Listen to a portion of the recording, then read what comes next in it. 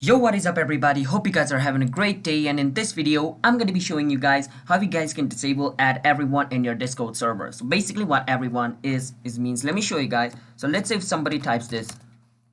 If somebody types this and writes a message over here, so once I publish this message, everybody's gonna get the notification. Whoever is in the server, everybody's gonna get a notification thinking they were mentioned.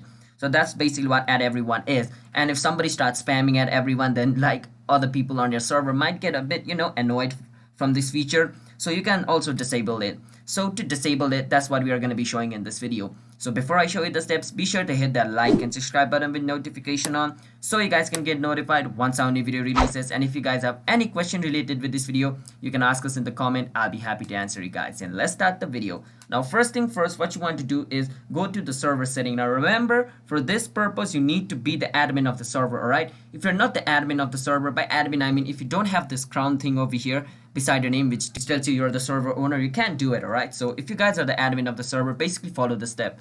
Open your Discord server in which you want to block add everyone, and you want to click on your drop down icon over here right beside your server name and go on server setting.